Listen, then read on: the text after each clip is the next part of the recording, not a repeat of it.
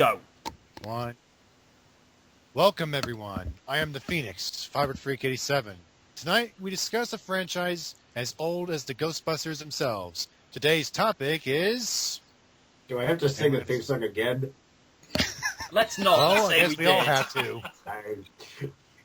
Teenage Mutant Ninja Turtles, Teenage... Ah, you get it. Turtle power! Yeah, you get it. Today's topic is the Teenage Mutant Ninja Turtles. So, let's see, how do we start? Yeah, the Turtles, they actually started as a comic book developed by Mirage Studios back in 1984. And they actually were different from the Turtles that we knew if you know your history. Oh, yeah. Much darker. Yeah, I actually remember that the Shredder, he didn't really appear as much. He only was a minor character. And he was killed pretty much early off in the story, as far as I know. But if I'm wrong, please correct.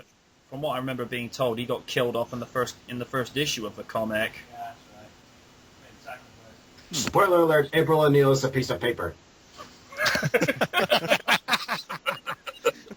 Oh, Okay, there's so many jokes I could make about that. Yeah, in so little time. Yeah. Okay, first topic. How were we introduced to the Turtles? Let's start with MJ. I remember being introduced to what was referred to as Teenage Mutant Hero Turtles back in the day in the 80s. I mean, it was never altered in the States, from what I remember. It was something like, I remember Random DC telling me not too long ago that apparently the term ninja was deemed offensive in the UK, so that's why they made the edit to change it to Hero Turtles. But for what it was worth, it didn't taint the entertainment value or the experience of a good Saturday morning cartoon. And when you think about cartoons from the 80s, in essence, I mean, alright, animation, quality, style, it's nothing like today. But you look at the writing that went back in yesteryear, cartoons weren't dumbed down as much then as opposed to what they are now, and you do get this sense of it was very slapstick, fly off the wall, comedic banter, and in quite a few times, similar to what the Fresh Prince of Bel-Air did, you'd actually have these fourth wall breaking moments where you'd have characters. More technical difficulties. You'd have characters, acknowledging to the audience that this is just a TV show, or make these other nods and references. Like sometimes Raphael would just look to the audience and says, "Some people just can't handle change," which they kind of they acknowledged that in Turtles Forever, which was out 2 years ago. I'm still waiting. 2009. Yeah, I'm still waiting for that on DVD. But But no, I love the 87 series for what it was. I mean, it wasn't trying to be anything too serious. I mean, they had some decent messages in there, but, it was what you needed for 7 a.m. on a Saturday morning or even Sunday or whenever they showed it back in the day. And, I have very fond memories of this series. And of all the Turtles, Donnie was always my favorite because he was a guy who loved his gadgets, he loved to tinker with machinery, and it's like, what, I can relate to to this character. He deals with all the fun stuff. Yeah. So, Ben, how were you introduced to the Turtles? Again, probably roughly the same time as MJ said, late 88 or 89, I'm not sure. Used to be on children's BBC, if I remember correctly. I don't know how I, found out about it. I was guessing just watching TV, just suddenly saw it. Saw these sort of green-like turtle characters, with these ninja fighting skills. 4 different characters that are shown with, different colour bands. You got Leonardo, Raphael, Donatello, Michelangelo. They've all got their own personality, and I don't know, it just seemed like a really fun show, and it was just really appealing for kids. And pretty much back in the day, there was merchandise everywhere. I mean, I can remember having a Ninja Turtles rucksack, pencil case, lunchbox, bed sheets, and probably pajamas. Yeah. Probably pajamas as well. So, they were everywhere, and everyone was going turtle crazy. And looking back, I think it was probably one of the more popular ones. in terms of, actual shows. I mean, there were many good shows back then, but I remember Ninja Turtles being up there with, pretty much everyone was watching it. And, I just remember it just being a really good show, and I actually saw some episodes recently. I managed to get the set on DVD and saw the first 5 episodes, which was like the first season. And just been really impressed how the animation still holds up, the story was very strong. It was just instant hit with kids, Yeah. Can't really knock it. Having seen, the episodes again lately, it still holds up. I can't really knock it. It's also how I got into pizza. Didn't we all? Yeah. What? What is it, like no pizza where you live? Is No, it some weird foreign substance you can't find? No, it was just, pizza became really popular when Turtles first came about, so I was like, yeah, monkey see, monkey do. Oh, well, God bless sure. those turtles then. I'm pretty sure they have pizza companies from America over there in the UK, Nick. I was joking. Yeah. Well, anyway, I don't really remember how I got into Turtles in the first place, but of course, I think it's probably the '87 series. I'm just as old as the cartoon is. Well, anyway, I haven't really seen any episodes in a long time, but I remember I used to watch them all the time when they when it was Saturday morning. And I remember we actually had a whole bunch of merchandise, but we didn't actually we didn't buy the merchandise. I know there was a lot of merchandise. I think I remember there was like a Turtles snow hat, a Turtles beach towel. Wasn't there a Turtles cereal back then? It wouldn't More than surprise likely. me. Well, any merchandise we have is probably gone by then. The only merchandise I got of it now is just the movies on DVD and, like with Ryder, I got... a whole bunch of Turtles video games. I remember my brother...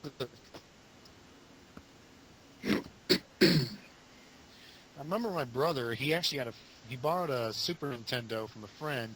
He had I don't remember the exact name of the Turtles game, but it was like the Shredder takes them to different time periods so they won't return. Oh, I Turtles think in I know. Time. Yeah, I know what you mean. Yeah, I haven't seen that. I haven't seen that game in years. Anyway, Nick, how were you introduced to the Turtles? Oh, it's my turn. Well, I'm a 90s kid. But when I was born, there were still a few things left over from the 80s here and there, even a few shows from back then. And so, every so often on the TV, I'd see the original Turtles. But I don't know why. I just had a hard time getting into them. I can't really remember what I was into back then. I just didn't watch TV all that much. But I really got into the 2003 series just a few years ago. It's like throughout all this time, I never really paid much attention to the Turtles. I thought, what? Teenage Mutant Ninja Turtles? That sounds so lame. I'm going to watch Yu-Gi-Oh! Or something. Thankfully, I grew up. And then I learned to appreciate stuff like Teenage Mutant Ninja Turtles, stuff that's just totally bonkers. And I've seen bits and pieces of the 80s series here and there, and I acknowledge its greatness. But I still think that the 2003 series is probably my favorite because I know the Mirage comics are really, really dark, and some think the 80s series is too silly. But this show, it's like a brilliant halfway point between those. It's not too pretentiously serious to enjoy. It's got some humor here and there, even a few really campy fight scenes where they're using hockey sticks and what have you to beat the bad guys, shove one of them in a giant vase or something. I just thought it was pretty balanced. I liked it. Mm-hmm. Yeah. I still think the old series is fun. Yeah. I only started watching the 2003 series on YouTube, and as MJ once said in his video, oh, come on, don't tell me you don't watch TV on YT. It's true. How do you think most people learn about shows on, what they like? They all find them on YouTube these days. Mm-hmm. Yeah. I actually was aware that the Turtles, the 2003 series, were on the air, but I felt like I was... But nowadays, I feel like I was missing out because, well, the 2003 series was pretty good. And as of right now, I'm actually into Season 5, or early Season 5, well, as of this recording. Stop after you reach the end of this season. The last two are not Turtles. Anyway, Duran, how were you introduced to the Turtles? Well, it was when I was on primary school.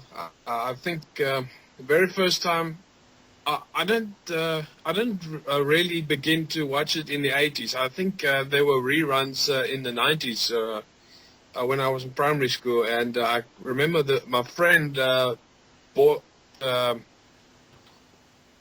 action figure of Raphael with his small ninja swords and everything, and that's actually the first time I ever got to be introduced to the Turtles, because I could remember the cartoon being on television, and my brother and I, we used to watch it every single day, and because it was so fun, you know. I mean, Shredder and I loved Rocksteady and Bebop, those two characters, because they never said turtles. They always said, "Hey, here comes the Turtles," you know. Toidles. All right, I'm gonna just for a little quick thing. I'm gonna try and imitate one of the characters, forgetting Sure. if the voice is. We're gonna get so yelled at for this. Yeah, as Not I said, those two characters, they always said Turtles, never Turtles, and they were hilarious. You know, but my cousin could remember, she had coloring books, and my brother, he also, I think, had an action figure, but the cartoon series, my brother and I, we loved every single day. And that's how we got introduced to it. So, in other words, we were all introduced to the Turtles by the cartoons. Any of them. Pretty Yes. much. Yeah. But I never saw. I haven't seen the latest cartoon series yet. Well, it's I like mean, the what 2003 series? it's like what Yeah, it's like what Nick 2003 series. it's Go like ahead, what MJ. it's like what Nick Aquaman said. The '03 series was, as he said, kind of the best of the '87 series and the original comics. You know, I mean, the 2003 series by 4Kids, it definitely went in directions that the '87 series would not even remotely consider doing. And when you look at the characters, as opposed, like, I mean, look at the Raphael portrayal in '87. He's very sarky, very witty, pretty much says what's on his mind, and he just goes with the flow. 2003 Raphael never, ever take something of his, because you know what will happen. He will literally pound you into the ground. Yeah, he's kind of the hothead of the show Yeah. and the series. But I love like the times when he'd show remorse, like, "Oh, guys, I'm sorry, I don't know what came over me." Love those scenes. Let's make it better. I mean, they kind of describe Raphael in that incarnation as like the Wolverine of the Turtles. You know, he knows the difference between right and wrong, but he just has a very difficult time getting his temper under control, and they do kind of reflect that in the movies a little bit as well. Yeah, they do. Yeah. Yeah. Wasn't Raphael voiced by the ever so talented Ron Paulson in the '87 series? Yes, he was, and he's going to be voicing Donatello in the new Nickelodeon series. Yeah. That Okay. seems pretty backwards. No comment on that one. Yeah. Yeah. Next to topic number 2. Our reactions to each of the movies or TV series. Well, We'll start with MJ. Well, again, with the first movie, I can remember, because I think it was either 1989 or 1990 when the first Turtles movie came out, and I was quite surprised, looking back at it now, how quickly the Turtles got their first live-action movie, where some characters, some wait few more years than Turtles, some even wait decades before they get, their first proper live adaptation. And for Turtles to get a movie after only 5 years, that's kind of unheard of. But I can remember, Yeah. I can remember going to the Odeon. I think it was just before Christmas, like I say, in 1990. They just had the gallery's shopping mall built, and I remember my parents taking me along with Random to watch the first one, and we had no clue what was happening that evening. And we sat down, because they didn't show us the tickets at the time, from what I can recall. It was only when the segment with April O'Neil, played by Judith Hogue, I believe it was at the time. Yes. Yeah. It's when I saw Raphael's eyes and bandana just sitting just below the manhole. I thought, wait, is this Turtles? And then you hear Dab, and then the iconic theme song kicked in. I was like, whoa, I'm watching a Turtles movie. And I was just blown away at first. I mean, the kind of prosthetic and costume work that the Jim Henson production did, looking back now at the first movie, those costumes still look lifelike to this day. They do. The first Very movie, much so. First movie is still very credible. Second movie, in terms of lifelikeness, it's still got it. Third movie, not too sure about. But I just like how these characters felt very real, because with the animated series, you can exaggerate a few things. You can have Donatello make these amazing advanced machinery out of next to nothing, so that would kind of make the Turtles the A-team of the animated world. But it was just the way that they, this is how, these four hybrid creatures would act and interact with each other. You'd get some that are a little bit sarky, some that, honor and, value of the togetherness of family. You get some who's a complete goofball, someone who loves, Donnie loves his machines. But it was when you saw Raphael with this anger management problem, it's like, okay, that's a bit different. And I notice on the DVD versions today, there are some scenes put back into them that was not present in the original theatrical version. Because if you notice, where Shredder gets thrown off, when Shredder got thrown off the top of the building in the first movie, you didn't see Splinter talking to him until years later, when they did the re-release in 2004 to commemorate the DVD release of the first Turtles movie. But like I say, in 1990, you just saw Shredder running for the edge, Splinter dodges out the way, and you just see Shredder go into there before Casey goes, oops! Yeah.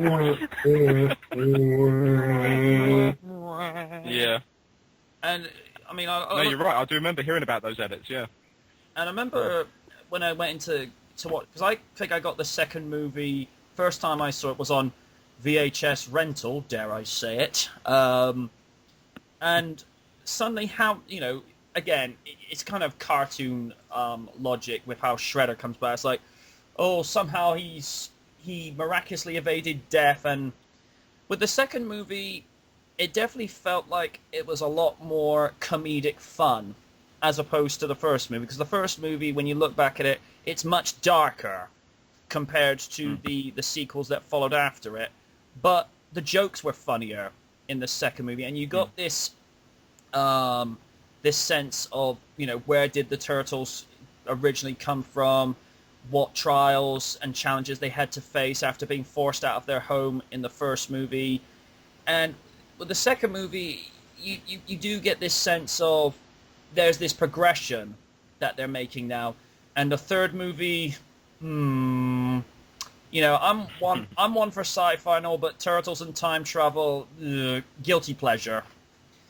And then with the 2007 movie, because apparently that fourth movie had been in developmental hell ever since after the release of the third movie. And although I think they could have gone with a slightly different story and approach as opposed to the sci-fi angle involving the immortal Winters in there, I did like the angle where the brothers are trying to rebond again. Leonardo's been gone for so long, and Leonardo and Donatello and Mikey are, trying to make ends meet with these odd jobs. Donnie's an IT tech assistant, which kind of makes sense. And Mikey is and Mikey dressing up as a turtle, just to go to these birthday parties. Easiest disguise ever. I know. What? But I think with the fourth movie, which is just referred to as TMNT, it did a lot of things whereby there were subtle wink, wink, nod, nod moments for those of us that have been there since the beginning, but in the same context, it made it a lot more, a little bit darker for a modern audience, because the world's gone through that transition where light-hearted fun just will not sell it anymore. And I do feel as though it met everybody on a happy medium level with the fourth movie. I think if they'd gone for a slightly more realistic approach with the fourth movie, then maybe it might have done a little bit better. We might have gotten a sequel from that one. But I wouldn't say it was a guilty pleasure, but it's not as good as the first two movies. But all in all, I think the Turtles movie franchise, as it was, is, and will be for the future, I think it still has a decent shelf life value that is up there with the likes of the Rocky franchise, the Ghostbuster franchise, and maybe the Star Wars sequels. Not less said about the prequels, the better. But no, it's like I say, it's got a good shelf life value, and it'll be there for years to come for those that want to go look back at it with the same kind of fondness and enjoyment with things like, with Jurassic Park and the Transformers movies. I mean, Turtles is going to be around forever. Mm-hmm. Yeah. I think I saw bits and pieces of the movies. I have to see them again in order to get the actual story. And I still have yet to see the fourth movie, which was released in 2007. The cartoons, my reaction, well, you already know about the 87 series. And, of course, the series right after that, whereas there's almost like the first live-action show, which... Oh, no, I'm not even going to discuss that. I saw episodes of that. No. This is not Turtles. Yeah, before we go on, I have to tell you guys about something. The black sheep of all TMNT-related things. I don't even want to call it something related to TMNT. I know Random hates a lot of anime for a lot of things, but... I've heard about this. Yeah, you know what they're doing with the Marvel superheroes lately? Well, they did it with the Turtles. And they've got these robot suits.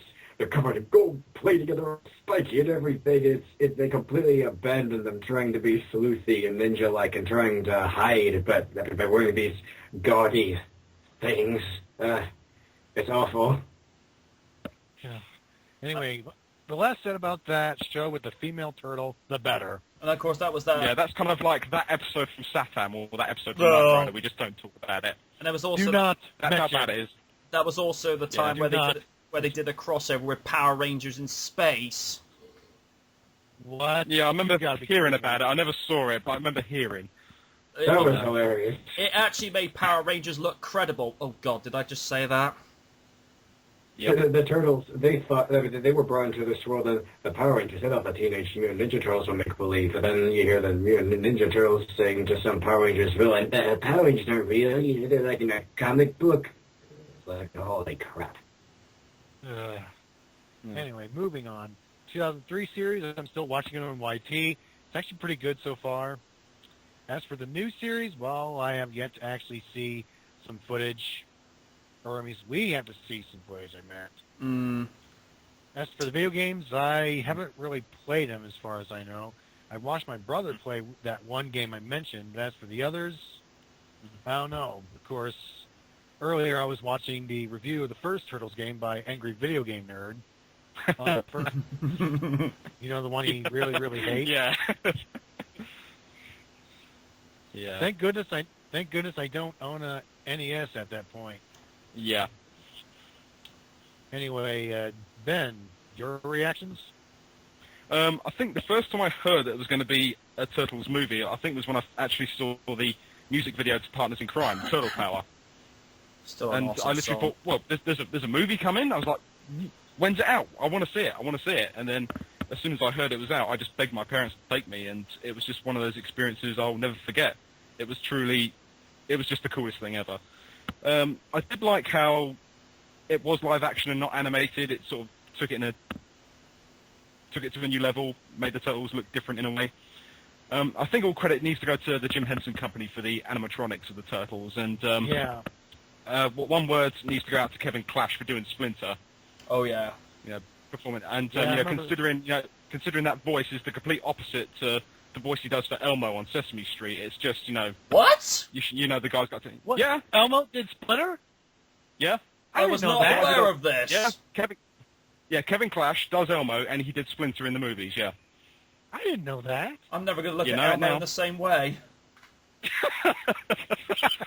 You learn something new every day. Suddenly, Elmo's a badass. But and it was just a really cool movie.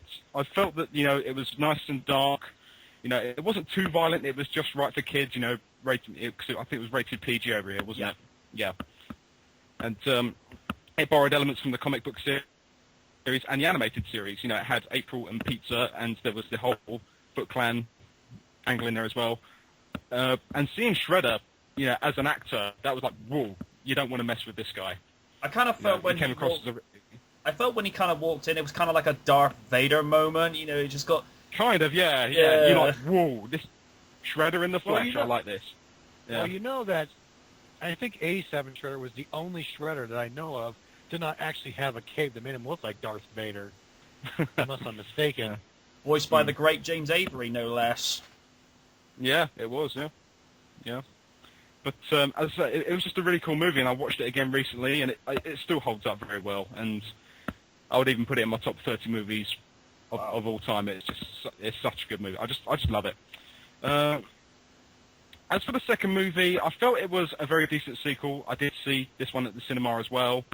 I thought it was a nice follow-up, with Shredder, coming from the ashes of the garbage dump, the old cliche hand coming out the garbage, and the Foot Clan have all reassembled, and it was just about revenge for Shredder to get back at the Turtles again. And again, the jokes were a lot more light-hearted, I felt. It didn't feel as dark as the first one, but still very entertaining. And particularly, again, with more Jim Henson work here with the Tokar and Razor, the two big monsters. Oh, yeah. That they have to fight throughout the bit. Yeah. And with Kevin Nash as the Super Shredder, what WTF? LOL. I was just about to mention, but just mentioning, I mean, when Tokar and Razor make their appearance to the Turtles, I'll never forget that line that Michelangelo said, "Didn't we see these guys on WrestleMania?" Probably referring to Legion of Doom at the time.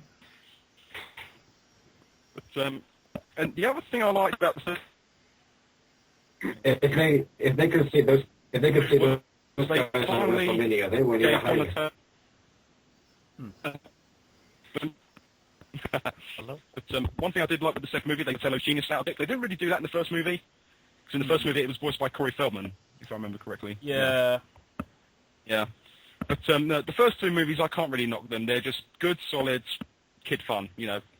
As for the third movie, I didn't actually see it in the cinema. I actually waited until it was on VHS, rented it from the local video store. And even at the age of 11, it just didn't click with me. I don't know what it was. I mean, I suppose the only good thing about it was that Casey Jones came back in that one. Mm-hmm.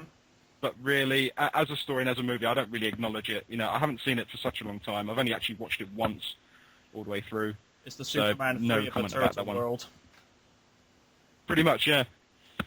But as for the 2007 movie, this was a surprise. I mean, when I heard there was going to be another movie, I was really impressed that it was going to go with the CG animation and not live action, because, again, they were able to do things that they couldn't have done in the live action movies. And it did feel like a very decent sequel because, Leonardo had been sent away on a training mission in South America. They said Donnie and Mikey have got jobs, and Ralph's being the vigilante night watcher, which I really enjoyed. Also, Yeah. from the voice of Splinter, is probably his last role because we all heard that the actor Yeah. who voiced Mako. Splinter in the 2007 movie. Yeah. Yeah, rest in peace. Indeed. Yeah, definitely. But I think where this movie really scored high on was the way they explored the rivalry between Leo and Raph. I don't think it had. I mean, it was sort of touched upon in the first movie slightly, but the fact that you actually saw Leo and Raph, literally go nose to nose in a fight on that rooftop. I mean, that scene. I mean, wow. The animation with fighting on the rooftop with the rain and stuff. Yeah, epic scene. I mean, And particularly when you look at the way that the animated the rain bouncing off the roof. at that particular moment, you look at it and think, is that CG or is that real? Mm-hmm. Definitely. And I did appreciate the fact that it was a... What? Hello? Hello? Okay. Oh, sorry. Sorry about Yep. that. We actually was fearing we had some more technical difficulties. No. What were you saying? But no, I just appreciate that it was just another story, and it does acknowledge the first three movies, because at the end when I think they've got their mantle, down in the sewers, and you see Shredder's tin helmet, you see the scepter from number 3, you see the TGRI can sitting there as well. So it kind of, you can call it like it was the fourth movie, or you can sort of accept it as a one-off standalone story, in a way. But I do feel it is underrated. I don't know why it got slated so much, but I absolutely love it. I'd actually say it's probably a close second behind the first movie. Yeah. Okay. So Yeah. what are your reactions to any of the cartoons or the TV shows? I said, well, the 87 series, as I said, I've recently started watching those again on DVD, and I was impressed by how, the first 5 episodes were kind of like a 5-part pilot. It was all linked together. You find out how the Turtles became Turtles.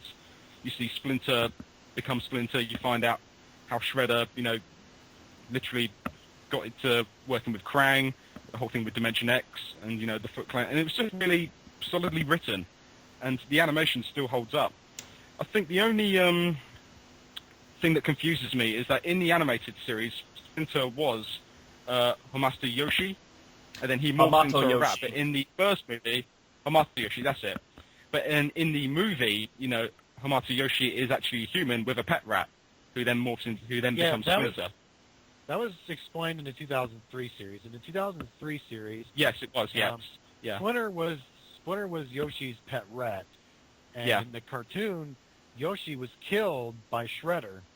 Yeah. And of course, Splinter, he and the Turtles got in contact with some strange ooze.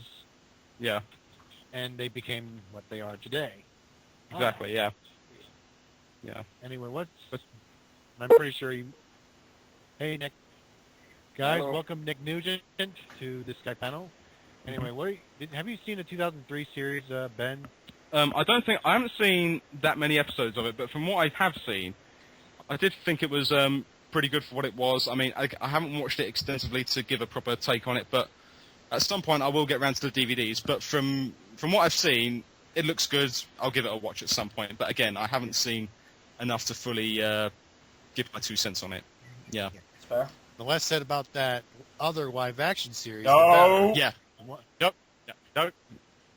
Nothing. Doesn't Okay, exist. So, Duran, have I asked you yet, or No, I haven't answered yet. go ahead? Well, Go ahead. I just want to say, first of all, hi Nick Nugent. Hey, how you doing? Fine, and you?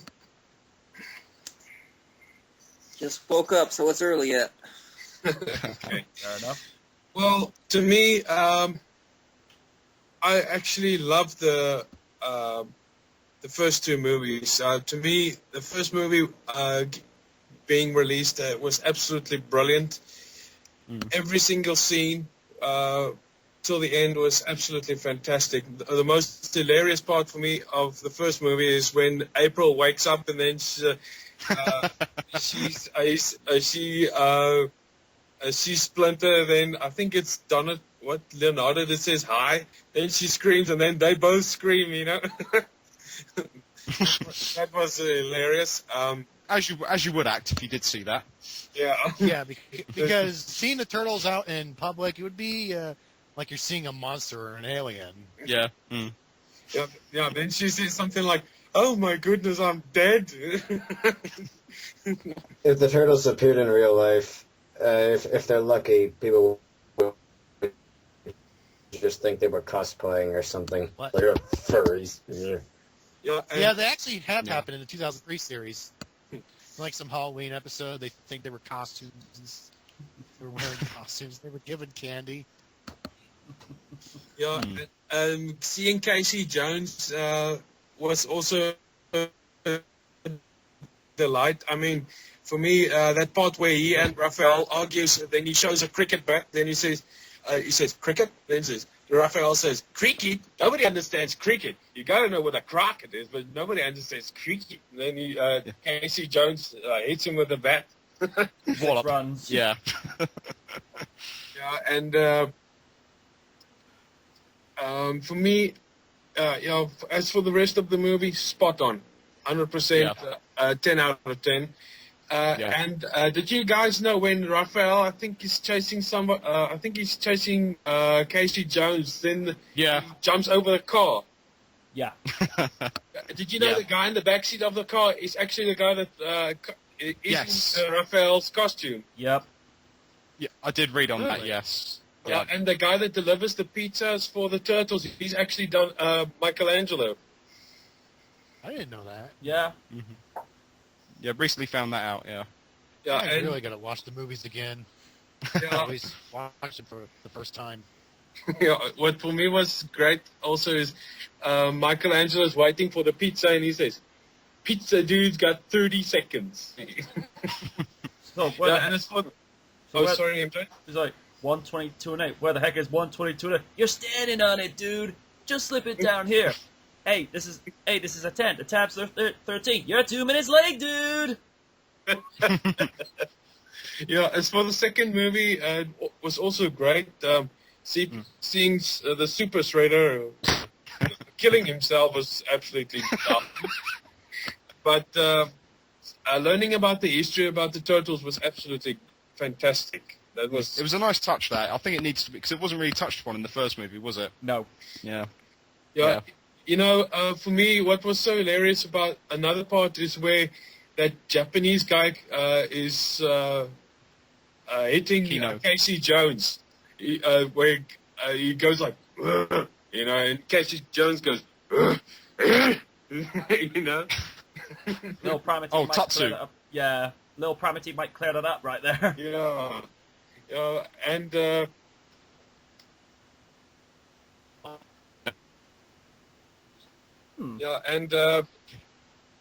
third movie, it was also good to see Vanilla Ice performing "Go Ninja, Go Ninja." You know? Probably one of his few decent hits. Yes, I went there. I don't like the. I mean, I don't like how people say it was a bad movie just because he was in it. It's just like, come on, he was hot property at the time. You know, he was going to be in it anyway, regardless. You know, it doesn't make it a bad movie. Yeah, but hey, yeah. And the third Speaking movie. Go ahead. Sorry. And the third movie, like you said, and going through time really didn't do it for me as well. But one part that was so hilarious is where Michelangelo was in that barn. The guys go, "Greetings, Your Majesty." And then Michelangelo says, "My heroes." That was so hilarious. And for the fourth movie, it was a nice touch, you know, bringing back the whole cast. The brothers bonding again for something, you know. And as for the series, I enjoyed it for what it was, you know. Yeah. I was going to say this, but I didn't want to interrupt you, Duran. That's okay. You know about the 1987 Shredder? He was voiced by, what was the name of the actor who played Uncle Phil in Fresh James Prince of Bel-Air? James Avery. Oh, yeah. Well, you also know that he was replaced by another actor as the cartoon show went along, and I didn't even know that. And towards the end of the series, he was voiced by the legendary Jim Cummings. Really? Did you know that? No. Didn't know I looked that. it up. Well, Cool. Google's your friend. Wow. Guy with the most Did I ask- epic name ever. Did I ask you, Nick? Nick, No, you Anderson, didn't. or Nick and Nakwa. Okay, your thoughts? On the movie. Well, I've only Movies seen the and first TV movie shows. and the last. Yeah, well, I've only seen the first movie and the last movie. I haven't seen the second or third one. I've just seen people's reviews of them and little clips of them here and there. Well, the first movie, I saw it at a time where I couldn't pay attention much to what was happening on the screen for very long. I just couldn't invest myself in movies that much. I was like really, really young. But there was one scene that stood out to me. There's a scene where you see Splinter as just a rat training with his master. And I don't know what it is. It's just something about the idea of that scene that I thought was so overwhelmingly awesome. But even though at the time I couldn't really retain much of anything else from the movie, I just really, really loved that scene. And even then, I love that about the whole series and just about everything in it. It's all really bonkers, but that's what you call imagination. And, well, the fourth movie, there were some things I really liked about it, and then there were a few things that bothered me. I couldn't really tell if it was supposed to be linked to the other movies or not, because the voices are different, and the way they behave is kind of different, though I guess people just naturally change over time. I thought the action was good. I thought the tone was interesting. I love the fight scenes, but I thought, you know what? This would make an even better series than a movie. If they go through the trouble of making a CGI series, it better at least look almost as good as this movie. Again, that would be really hella expensive. But I don't know, I was just seeing it and I was thinking, man, I don't want this to end after like an hour and 20 minutes. I want it to keep going. Yeah, I loved the theme of it, the instrumental theme from when they were hopping along the rooftops. I thought it was pretty interesting. And I really liked the movie, and I thought it had potential. And I'm sad they didn't bother to make a second one or make a spin-off series of it. I think it same here. If like, you know, Yeah. that movie, there's something else that's taken a similar approach. It's this really, really neat webcomic called TMNT. Yeah, they took out the teenage part because it's these guys when they're grown up. And I don't know, it's just a really, really cool comic. And it made me think, man, if they made a show like this, see the whole Turtles in a whole new way, that would be great. But anyhow, I like the movie. As for the cartoons, like I said, I've never seen much of the 80s cartoon, just little snippets of it here and there. Seems pretty interesting. But the 2003 series, I loved it. It had all sorts of things going for it. It had so many different tones, so many different stories, so many different characters. It's just exploding with all sorts of crazy stuff. And one thing that really bugged me was that they blocked Insane in the Membrane. I get it. They thought it was too violent to watch this guy just falling apart, just his hand turning into goop and whatnot. But then, in Season 5, they show the original Shredder being resurrected. They show him flying out of his coffin as a lifeless skeleton, and then all his flesh goes back. You see his intestines and everything getting sucked back into his gut. And I'm thinking, holy crap! They thought it was okay to show a guy coming together, but they didn't want to show someone falling apart. That's 4Kids for you. So I'm glad I at least got to see that. Yeah. Yeah. Oh, wait, before it's the other next turn, I just want to do my impression of Shredder. Not really in a particular incarnation, Like just... that. Go for it. I'm gonna peel off your shell and shove it up your ass. What? Well, I'm going to try my best. I'm still practicing, so don't be surprised if it sounds like crap. None of you will ever leave here alive. Okay, have I missed anyone? Nick, you want to go a shot? Like, what's your reactions to the movies and the TV series? Nick Nugent?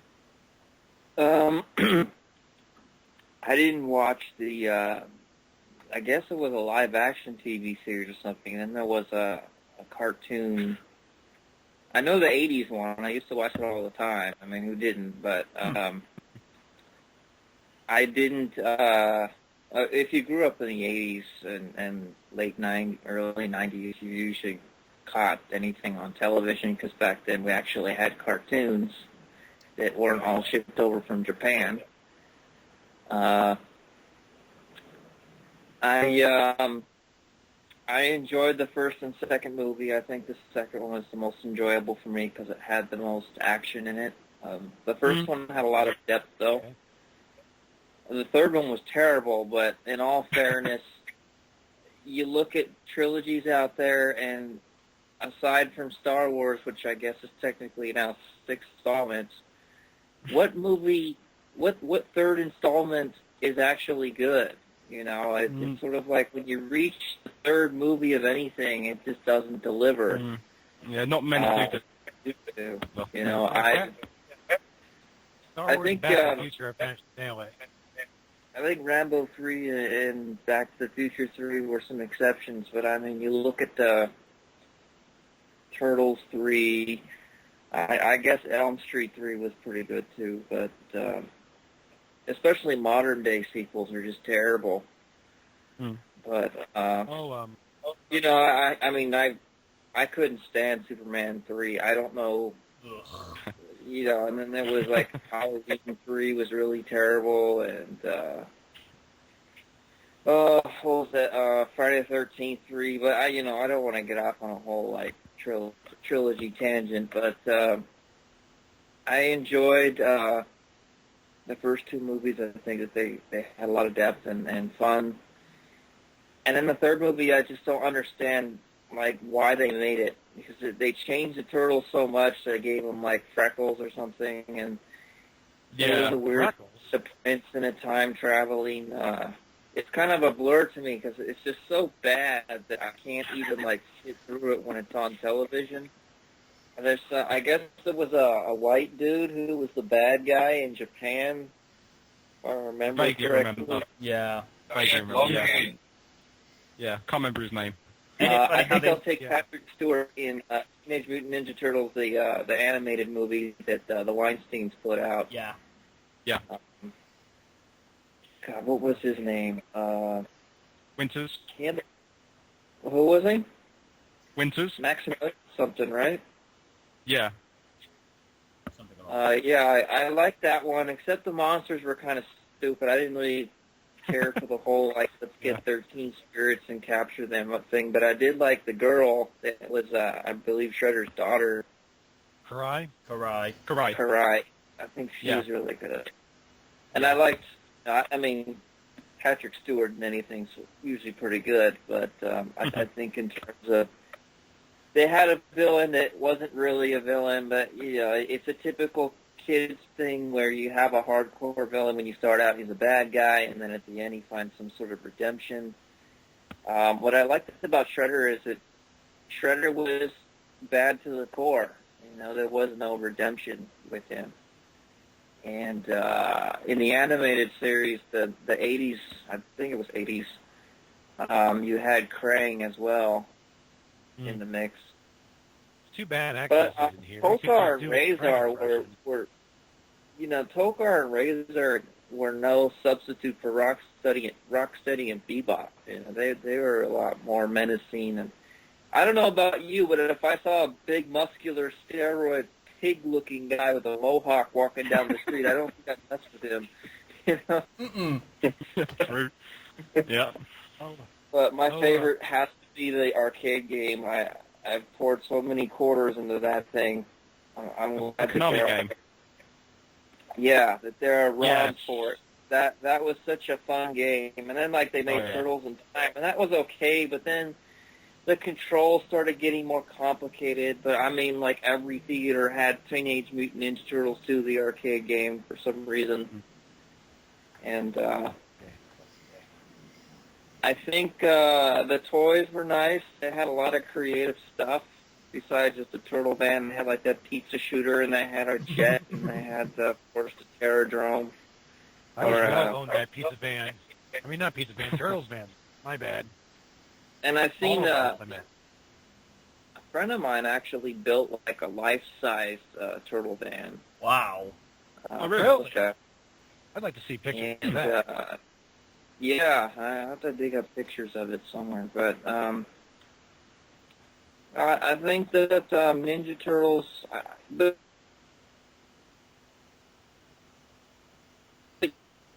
you know what? I don't know if Ninja Turtles will work today like it did back then, because back in the 80s and early 90s, it was a whole different it was a whole different kind of creative world, and an audience. It's like for some reason they can't recapture how great Knight Rider is.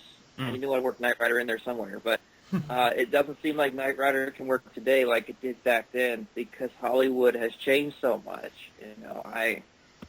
I don't know if a Ninja Turtles reboot based on the original comic book is going to work or not. Some of the concept art that I saw from it if they're still going that direction, just looks very bizarre to me, especially with the longer necks and stuff like that. But I don't know, it seems like some of these things work in their time but don't work today. It's like if they tried to revive the X-Files, I don't think it would ever be as popular as it was back in the day. I have to agree there. I doubt it. So I think that some ideas run their course. So you can always try, but I think in terms of trying to bring the Turtles back, the animated movie was really good just because it dealt with the dynamics between the brothers, and Yeah. I think it was Raphael who went off on his own Night Watcher. and Yeah. dressed up as that vigilante, and then he comes and he reunites with the Turtles again. I like that whole thing. I think the cinematography was really nice too. The way that the shots were laid out, the colors. It was a solid movie, and I was actually surprised because I wanted to hate it. I read all this stuff about it ahead of time, and it just sounded so terrible. The storyline sounded awful, but then I saw it and I was like, this isn't too bad. So Yeah.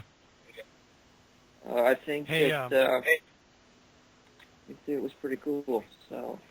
Okay, Nick, quick question. This is going to the first topic we had. How were you introduced to the Turtles in the first place? This is just I a grew up quick question. watching them on television. Okay, just wanted to know. Okay. Well, I didn't really know that it started with a comic book. Like I guess a lot of people did, but for me, I was a kid. I caught it every morning at seven in the morning before I went to school. I think like most kids. Mm. The other one I used to watch all the time was Conan the Adventurer, which is now on the Hub Network in the morning. But yeah, I mean, Ninja Turtles went on for a long time too, but that was like the big thing. If you look at the collectability value on the old Ninja Turtle figures, and then there's just like hundreds of figures out there. I mean, like 300 something. It's crazy. Mm. But that was really huge back in the day. Mm-hmm. The only one I never got my hands on was the turtle blimp. No, I That didn't. Yeah. either. That thing actually One toy I never got hold floated. of. It did, from what I remember, yeah. But never owned one. Well, I know. well, if you actually had to choose between the turtle van or the blimp, which one do you have to choose and why? Ooh. I'd go for the turtle van. I mean, Yeah, why not? No, I'll go for the blimp. Blimps are underrated. They're not really used as often as they should be. It was so underrated as well. Mm.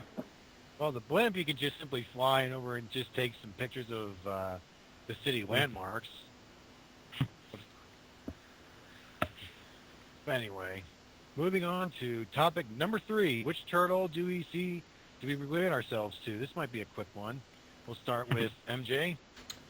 I think I you already mentioned it earlier. I think I already mentioned this. I just found Donatello to be much more relatable because, it's like, with the dynamics of the other characters. Mikey doesn't really take anything too serious. He's just a goofball. He just wants to have fun. Raph, It's established in the 2003 series. He's always a goofball. He's into comic books a lot. no. He's just dreaming of being a superhero. With I'm Raphael, not really I sure think- about the... Go ahead. I mean, with Go Raphael, you have the two variations. You've got the very sarcastic, witty portrayal in the 87 series, and then of course you get the complete polar opposites with the movie incarnations and the 03 series. That's very angst, very aggressive, and Leonardo. There are little tweaks and alterations throughout every incarnation, but Leo is pretty much the same. He tries to keep a lid on things, he tries to keep morale up, but with Donatello, again, like with Leo, there are some minor tweaks and alterations in each version, but Donnie is always the one who's trying to think up new ideas of gadgets that could help, always trying to look things technologically, and if anything, I think Donatello's probably the more patient one. Of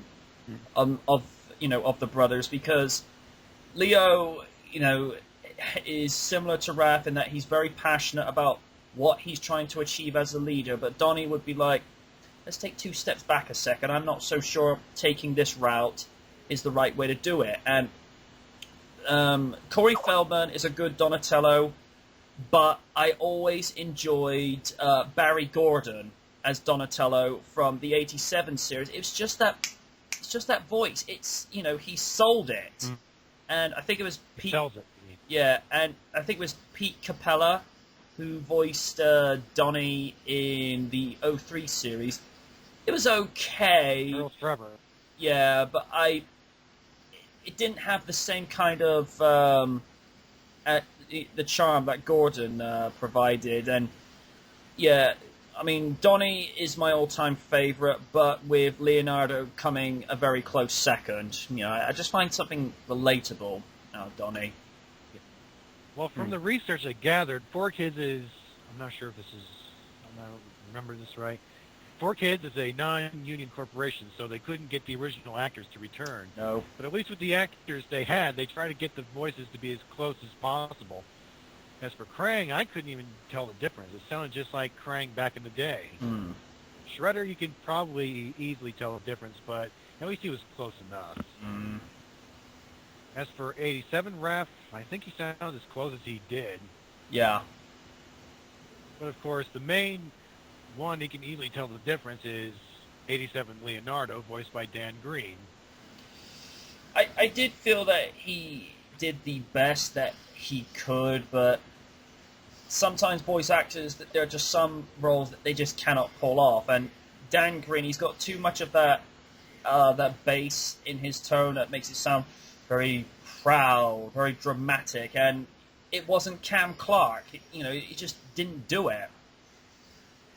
I think when Dan Green voiced that Mortu guy in the 03 series, I almost thought he sounded like Cam Clark. I was like, whoa, is that him? How'd they get him? If he used that voice, if he used Mortu's voice for 87 Leonardo, it might have been a spot-on match. But, oh well. I just wanted to point it out. Well, that's 4Kids for you. No comment on that one. Okay. I think I see myself as Leonardo, even though I'm no leader, but I actually love the dual-wield swords a lot. Mainly in video games because, well, single blade, you already seen it. Double blade, well, it's not as popular as I hoped, but dual wielding is, well... About personality. Yeah. I think I see myself a lot more in Mikey as well because he's a goofball. I kind of like the goof off. There was actually one scene I wanted to point out from the intro of the intro scene before they actually had the real intro of the episode. There's that episode where they were out in a barnyard that belonged to Casey's grandparents.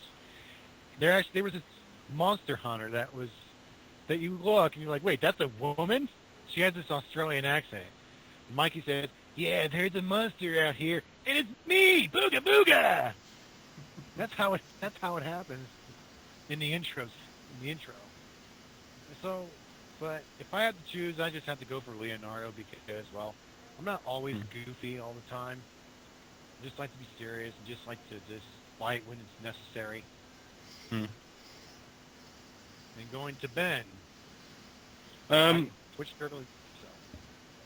I mean, pretty much. I mean, as far back as I can remember, I've always preferred Raphael. I don't know what it is. I mean, I've always liked how he's always gone out on his own, always wants to do things his way. And there were times when I was growing up where I sort of felt I didn't really fit in anywhere and, you know, had a bit of anger in me and I just sort of, you know, wanted to sort of go off and do my own thing, but no one would follow. They did kind of pick up with that in the first 2 movies, and I think Raph was perfected in the 2007 movie where he did the whole Night Watcher vigilante thing, you know, how, you know, Leonardo was sent away and Mikey and Donnie were doing their jobs, but Raph was still fighting crime, doing what the Turtles do best. And I just feel that all the anger he had in that, you know, dressing up as, you know, a vigilante, you know, I liked the angle with it. It was just a really cool way to go with him. And when they perfected the with Leo, with that fight as we talked about earlier, when he realizes that he's not the strongest brother, he realizes that Leo's the strongest. He goes, no, this ain't right, you know, you've got to lead us, you know. So it was kind of a journey for him to sort of have all that anger and then realise, no, Leo, you're going to lead us. Yeah. But there's just something about Raph.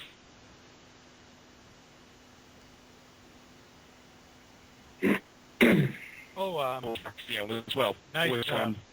Always, yeah. Nice correction, Nick Nugent. I think Dan Green voiced Leonardo in the in the 03 series, not the Shredder. My bad. Mm-hmm. Okay. Yeah. So, yeah, it'll be Raph for me. Yeah. What's your choice, Duran? I always liked Michelangelo because of his humor, you know, and the type of ninja weapons he uses to fight off the bad guys. You know, I always loved chaka sticks. You know, beg your pardon? No problem. Okay, you know, the fact that he reads comic books is so hilarious, but you know, I always see it in the way, say for instance, something tragic happens. He's always there to cheer everybody up, you know. Yeah. Always finds a joke to give somebody a laugh, and that's I love about Michelangelo, you know. And he was absolutely hilarious in the movies as well. So for me, it was always Michelangelo. Nick and Aqua Magna, what's your choice? Well, out of both series, I'd say the most relatable for me would probably be the 87 Raph. Just because he's cool, he's laid back. I'm not saying I like that. I mean, I'm not saying that I'm quite like that. He just seems like he'd be fun to hang around. Because he's still the cool one, but he doesn't have anger issues or anything like that. But if we were to go with just the 2003 series, since that's what I grew up with, I don't know, probably Donatello. Like, Michelangelo was just obnoxious most of the time. There wasn't something charming about him, except like on a rare occasion. Leo, he was a cool leader and all that, but I don't know, there was just something like, oh, he's the main template for the other three. He's the most generic one. Not that he's a bad character or anything like that, just, I don't know if you know what I mean. And then Raph, he was like the really angry one. I really like 03 Donatello.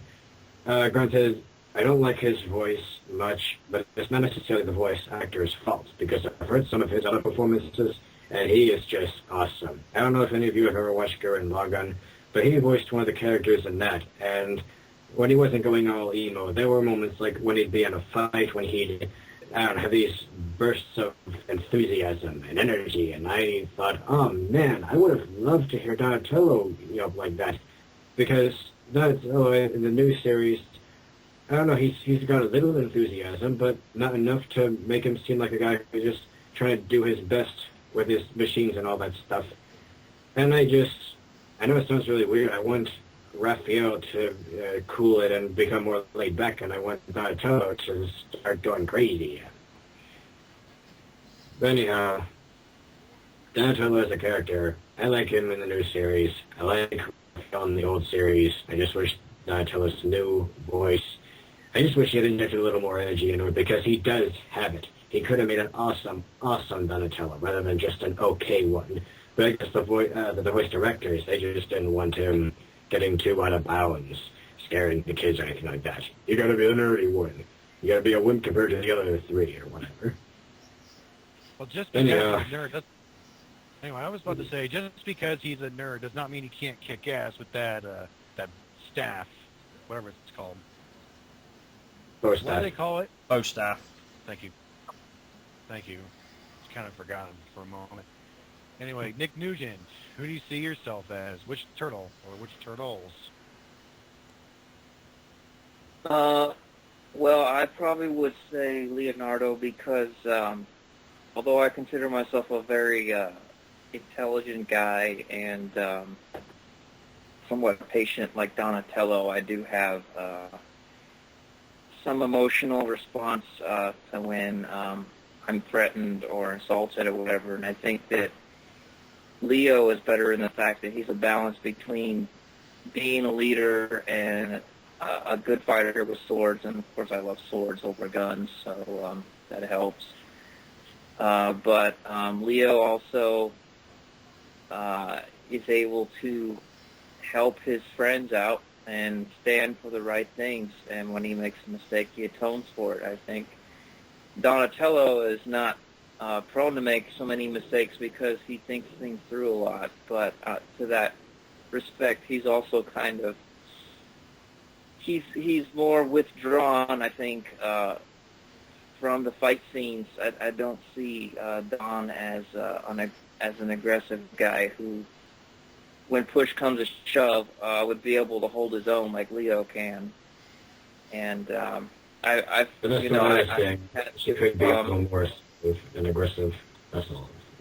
Yeah, but Leo, I mean, he makes mistakes, but I mean, he also is fairly adept at what he does. If he's not fighting someone like Shredder, who is obviously 10 times better than he is, but as you know, when the Turtles fight by themselves against Shredder, they get their butts kicked until they team up together. They're able to take them down. So, brotherhood thing. So I'd definitely say Leo. Okay.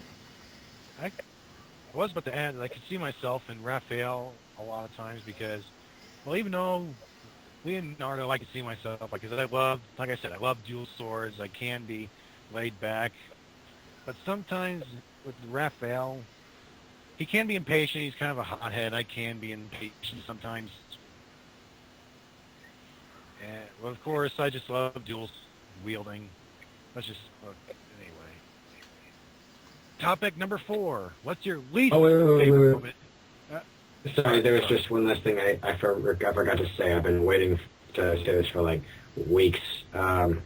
You said that the angry video game nerd would probably make a really cool voice for Raphael, and here's what I would like about that.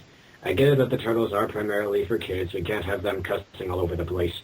But if it was someone like the angry video game nerd, like even when he goes off on a tangent, just spewing cuss words everywhere, he can't help but still sound laid back.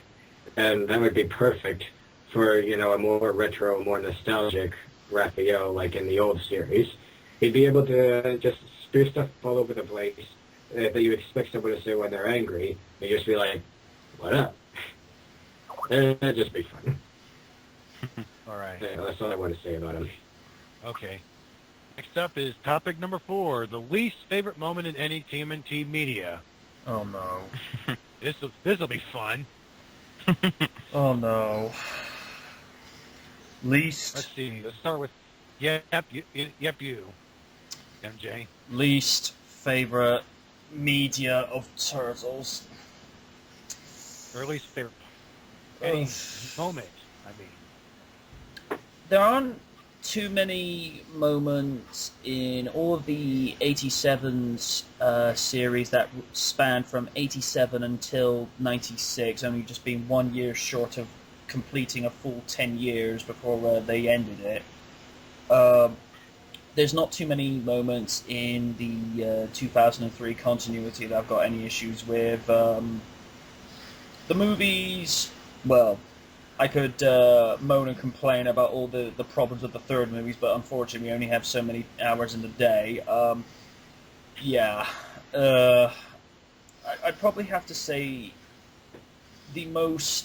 probably one of the most annoying recurring segments, because I can't believe I actually made myself actually sit through a couple of episodes of Next Mutations when Saban owned the right. It was always this recurring segment where you're seeing Raphael's getting his motorbike ready. The Turtles are going out in the van. I don't know. It was just something about that scene where it was practically copy and paste for every segment where they would go out and Next Mutations in general was just done so badly. I mean, I could see what they were trying to do. They were trying to make it look a little bit more believable, but then you go in and adding Venus de Milo into the setup, which I think Kevin Eastman said just before going to do the 2007 movie, do not mention Venus. He had no love whatsoever for adding. I mean, I could see what they were trying to do, trying to appeal to the female demographic, just to be able to get them to watch TMNT, but it was a move that backfired on it. So I think Next Mutations as a whole, I just don't find anything redeeming about it. And of course, Saban is the king of cheesy live-action kids TV. I mean, he did it well with Power Rangers. He did it more or less okay with VR Troopers, and Big Bad Beetleborgs is a guilty pleasure. But with Turtles, I don't think he ever got the concept of it right. I think had Eastman and Laird been in charge of the whole thing, they might have been able to salvage it and actually make something decent out of it. But as far as the show's concerned, I take it with the tendency of Superman 3 and 4. They did not happen. I think one of my least favorite moments is the introduction of those dragon people in that live-action TV series. Like, or at least the end of the Shredder. I actually looked in Wikipedia. Venus had some strange power and was able to kill the Shredder, but not actually kill him. I mean, just simply restore his Urukusaki personality. Like, how the heck do you do that? How does a turtle even do that? By just staring at a person. How does that work? I believe she referred to herself as the Shinobi. Okay. Yeah. I can't really remember anything about the 87 series. Anyway, but as for the what the heck is that image? Anyway, we'll get to that in a bit. I can't remember about the 87 bit. As for the 2003 series, it's too early to tell. I'm still watching it. So next up is Ben. What's your least favorite moment in any of the TMNT media? I mean, looking back, I'll have to agree with MJ. It's got to be the third movie. Simply because, if I watch something when I'm young and I don't like it, the chances are I'm not going to ever watch it again because, if it doesn't click for me straight away, I'm not interested. We've said it already. The time travel thing just didn't click with me as a kid. It's like, it just didn't feel like a Turtles movie. And the same could be said about the Next Mutation series. I remember just watching the odd episode here and there, just thinking, this is not Turtles, It just feels, I don't know, there was just nothing there that was doing it for me. It's hard to put your finger on it. If you hate something that much, I just kind of pretend that they don't exist and just stick to, the 87 series, movie 1, movie 2, the 2007 movie, that's it. Yeah. How about you, Duran? I guess my answer is the same as everybody else's, the third movie, because it was so... the time travel thing, as Ben and MJ said, it didn't do it for me, because, okay, there were funny moments, and there were... But I'm sorry, but the third movie, that's my worst. That's all I can say, I'm sorry.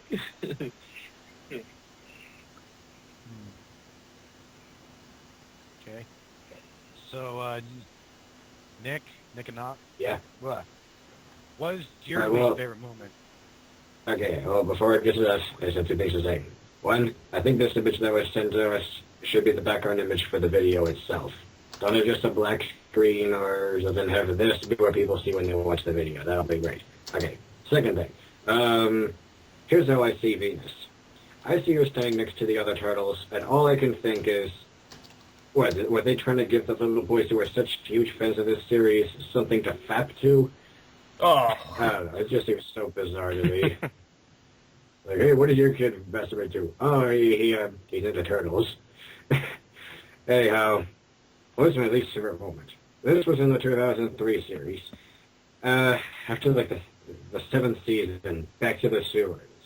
The final episode had Casey and April getting married. And, like, all these characters that appeared throughout all the seasons were, attending as guests. And, you have a couple of villains. And Shredder in his mighty ultimate form, or whatever bullshit. It's not the same Shredder to me at this point. He came along and he wanted to crash the party, he wanted to kill everybody, he wanted to ruin the Turtles' lives forever. But there was just something about the tone and the animation and the style and the pacing and every little thing about it was just horrible. It didn't feel like a climactic finale at all. It didn't even feel like much of an ending. There's just something about that was so bland. Even comparing it to you got the first episode of that series, it was really fun. You got the last episode of that series, it wasn't all that fun. And thank God they rectified that by giving us a proper finale with Turtles Forever. Yes, Good movie. Back to it was just as I like them. Yeah. How about you, Nick Nugent? I want 96 minutes of my life back because all of Teenage Mutant Ninja Turtles 3 is the biggest disgrace to the franchise that ever was created or conceived. I mean, everything about that movie was just so terrible. They even replaced April O'Neil with some other chick. You know, it's just... You mean a new actress? Or...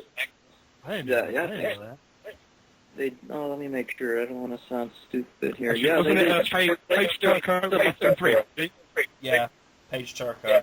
Yeah. In the third one, they changed her to a girl named Paige Turco. Yeah, she did number 2 as well. Yes. Yeah. Was she? Yeah. She did the first one? Or? No, Judith Hogue was the first April O'Neil. Oh, yeah, okay, yeah. So, anyway.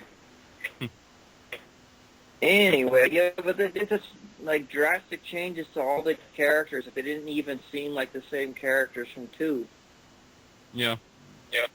I mean, like, design-wise, and it was just, I don't know, Stuart Wilson as Walker was just terrible. The whole thing is just so...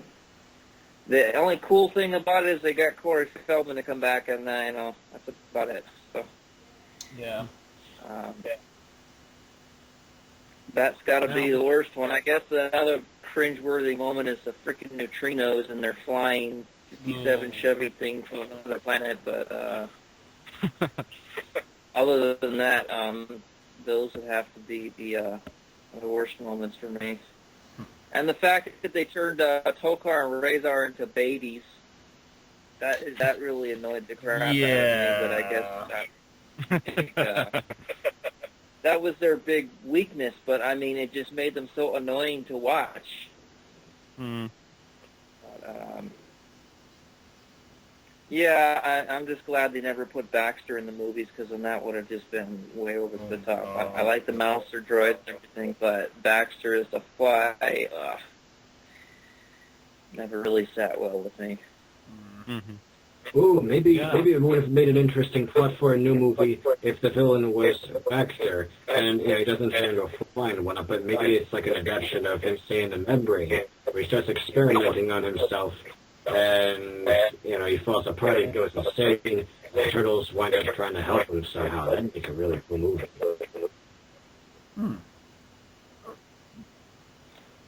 Interesting. Yeah. Now, before we go to the final topic, let's...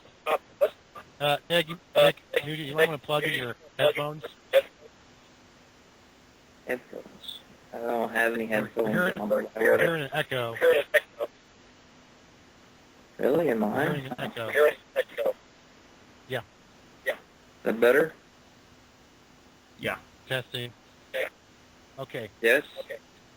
Okay. Before we get to the final topic, let's just talk about the 25th anniversary movie, Turtles Forever, for just a little bit, if it's all right. Okay. My review, it's good.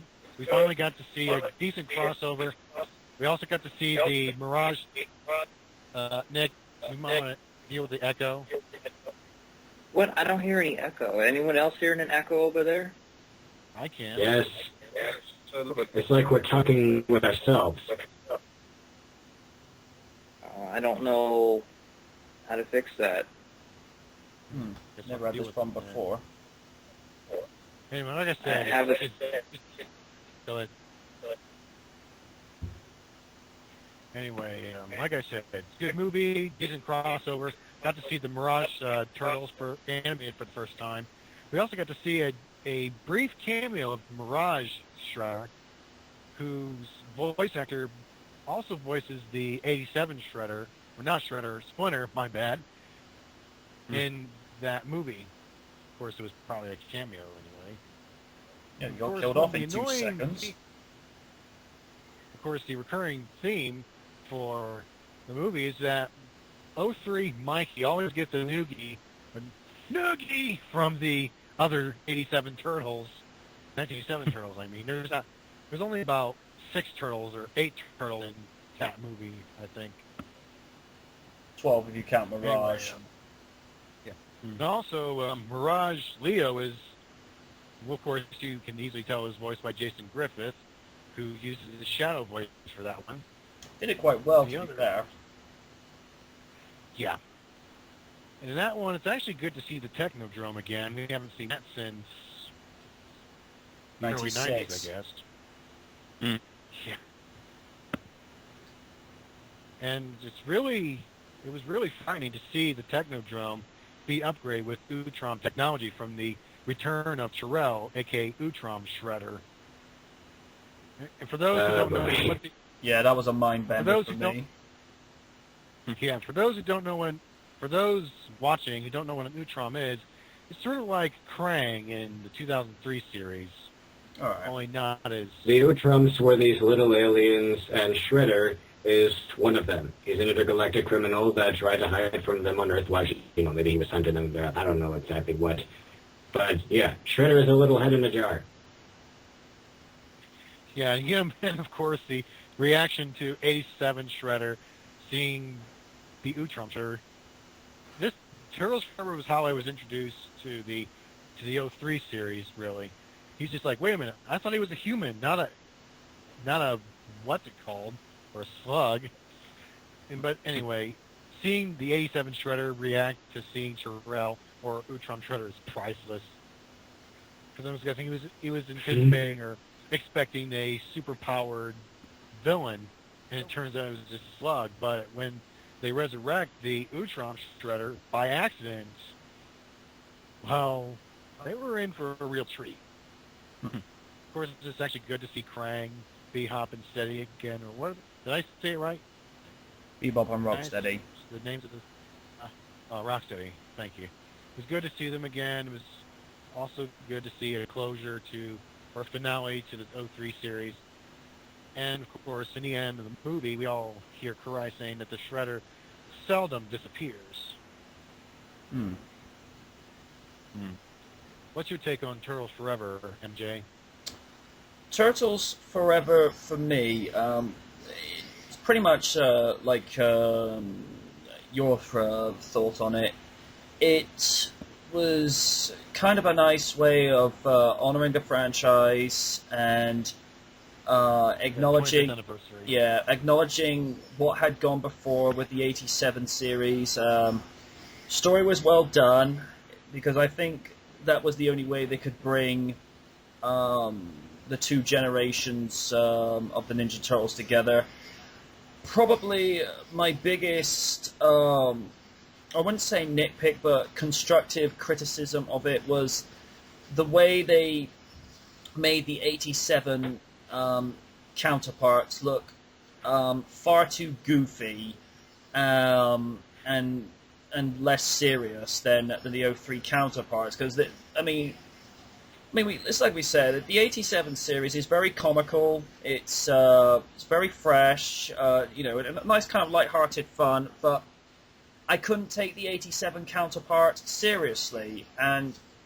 But with the Mirage incarnation of the Turtles, like, okay, didn't see that coming, and the Mirage counterparts, it's pretty much like 4 versions of Raffia with slight little tweaks to them, but I don't know, it's just like I said, I just think they probably could have done better without playing the '87 counterparts down. But as far as a movie goes honoring that franchise, I think it's up there with the with the first Turtles movie, Secrets of the Ooze, and the 2007 movie, because it was just a really solid story that I think anybody who is a genuine TMNT fan will watch it again for many years to come. And as we've all said before, less said about the third movie, the better. Yeah. I was about to say that I think I remember someone said that even in the 1987 series, Shredder really wasn't all that, oh, I hate those turtles and goofy and stuff. He can hold off on his own. I got turtles in the net profit. Anyway, Oh, I made it funny. Anyway, what's your take on Turtles Forever, Ben? I actually haven't seen it yet. I've seen many trailers, I've seen many clips. I need to get around to watching it, so I can't give a full review of it, but I will get around to watching it at some point. It does look pretty good from what I've seen. Yeah. So, can't really... From the Skype texts, Nick Nugent and Duran have said that they didn't see it, though I do recommend they do see it, but they want to, they have time. Yeah, I will get around to it. They can. Trust me, yeah. Okay, Nick. Yeah. Nick and Aqua, what's your... Yeah, I didn't see it, sir. I said Nick and Aqua, not Nick Nugent. Sorry. Oh, okay. Well, I'm not really sure if there is anything I can say about it that other people haven't already. I guess I like that when I saw it, well, I didn't see the whole movie. I wasn't able to see the whole thing yet, but I need to. But from what I've seen, I got a real sense that even if they were downplaying certain characters a little bit, I got the feeling they really cared about all this. They actually gave a crap about what they were doing. And when I first saw the poster, I thought, oh, they're getting desperate. They know the cartoon sucks at this point, so they're trying to cash grab the other ones. And it's just a huge mishmash. I thought it was going to be like, I don't know, some sort of crappy fanfic. But then based on what I saw, I'm like, oh my gosh, these people actually do give a crap about these characters. They actually are trying to make something good. This is a labor of love, and it's just so weird. I see what 4Kids does to other people's products, things like, just various anime and whatnot, and then I see how they treat someone else's incarnation of Teenage Mutant Ninja Turtles. It makes me see them in a different light, and I wish they could treat everything this way. Or I wish they could get their hands on more products that they seem to have a good grasp on how to make entertaining, you know? Anyway, I thought Turtles Forever was really nice. It's one of those things I think is like a valuable contribution to the Turtles in general, regardless of what canon you like or don't like or whatever. I thought it was great. That's all I have to say about it. All right. Now to the final topic, the 30th anniversary and beyond. What do you think they're going to do? What do you think they're going to do for the 30th anniversary in 2014? It's an interesting question. I would like to see something done to commemorate Turtles for reaching yet another pinnacle milestone, but I have to agree with Nick Nugent's comments for earlier, because Hollywood's a very, very different ballgame today, and to be able to do Turtles the way we would like to see them faithfully done but appeal to a modern audience, it's difficult to do that. So maybe just doing something like, I don't know, something commemorative to do it, but if they were going to do a movie, oh good lord, no, not Michael Bay. I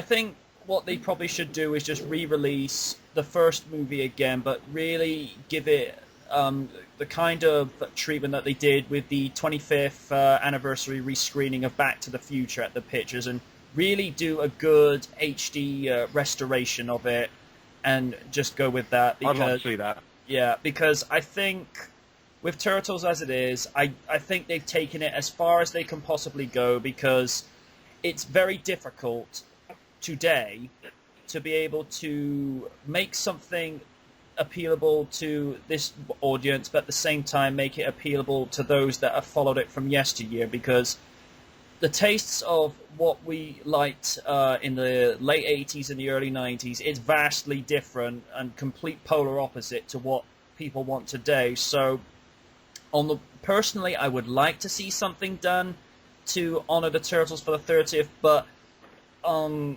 the more logical side, I think personally it should just be left alone and just done like a special look back just to see how far it's come.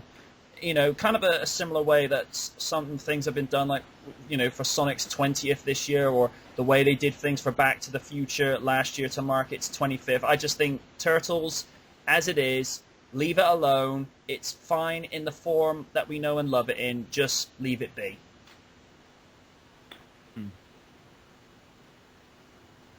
Okay. What do you think, Duran? Well, if they have to bring out more about the Turtles, I'd say go ahead, but they shouldn't, screw everything up, because as long as you stick to the plot, to original concept, then I say fire away. But if they have to bring out new material, they should be careful, because as we've seen with the Knight Rider, what they've done with the new series, we all have our criticisms there, but as I said, as long as they stick to the original, then it will work. All right. What are your ideas, Nick Nugent? Or is just what you're typing right now? No, I'm just being cute. It's my usual humor. I think that they'll try to reboot it, and good luck to them, because I don't think you can improve on perfection. I think the first two movies were the best direction to go in, and I don't think that modern Hollywood will do it any justice, but I would suspect they would re-release the movie on Blu-ray with extras and, some sort of trilogy box set or whatever, possibly 4-part set, if they could get both of the movie studios to agree to it. But in terms of new Turtle products, I don't know. I mean, they would try to... You look at something like Thundercats, which was done right. They remade it, but they made it really... honor the original material, even though they made some changes. I don't think that they would do the same with Turtles. I think that they would try to fix what isn't broken, and I guess we'll find out, but I would say that they would definitely put together a new Blu-ray, anniversary Blu-ray, because that seems to be what Hollywood does every time there's an anniversary. They got to release a new installment of a movie. That's pretty much the norm. Got any ideas? So that's my 2 cents on it. Got any other ideas, Nicken or other Nick? I'm sorry, what was the original question again? Everyone's talking about revivals, but I don't know exactly what to say. 30th anniversary and beyond.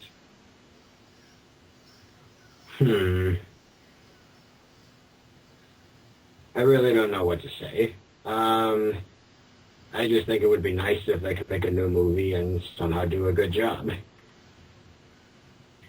Well, I mean, of course, the 2007 movie was good. I mean, if they could, make a new live-action movie, then it would be interesting. Kind of thing just about anybody could enjoy, and that doesn't bastardize a series or anything like that. I think that would be nice. Though I also think it would be great if they could release all of the cartoons, like all the 87 cartoons, in one package. Because, I looked at Angry Video Game Nerd's video about how hard it is to collect the episodes of this, because the people who made the collections, they just so screwed up. They mixed and matched everything in weird ways. It's so hard to keep track of the episodes. I'm just thinking if they could somehow scrounge up the entire series and put it all into one set, maybe it would be like, I don't know, $100 at most. That would be great. Yeah, I actually heard about about that. They actually tried to release all the episodes every season, but then all of a sudden they stop, and they start over, and they just start at one section of a season, and they stop, and yeah. My idea is... Oh, but listen, sorry, I'll let you finish, then I'll finish. Well, sorry, Nick Nugent just suggested that if they tried making a live-action movie these days, you have to make it realistic and all that shit. Well, yeah, I watched Scott Pilgrim vs. the World, and that movie was deliciously cartoony, and I loved it, and I was thinking, they need to make more movies like this. And I don't think it's such a huge stretch that they couldn't do the same thing with TMNT. Yeah, where they flesh out just how bonkers this series is. And that'd be the main selling point, just that it would be a lot of fun without being, silly. Oh, yeah. But anyhow, I'll let you finish, Derek. Okay, well, I'm just thinking, well, it's your idea. Instead of just trying to start over, they should just simply get every single Turtles cartoon, 87, 03, or, of course, avoid the next mutation. I mean, avoid it. Never avoid touching it with a 50-foot pole. Just put it... Well, the 2003 series is easier to find DVDs of. It's the original series that they've neglected.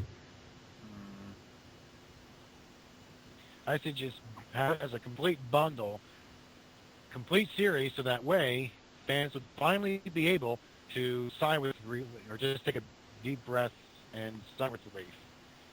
But as for, I think you guys mentioned a TMNT reboot a few panels ago, right? I think if they were to try and make a reboot, just study the source material all the way from the comics to the new series.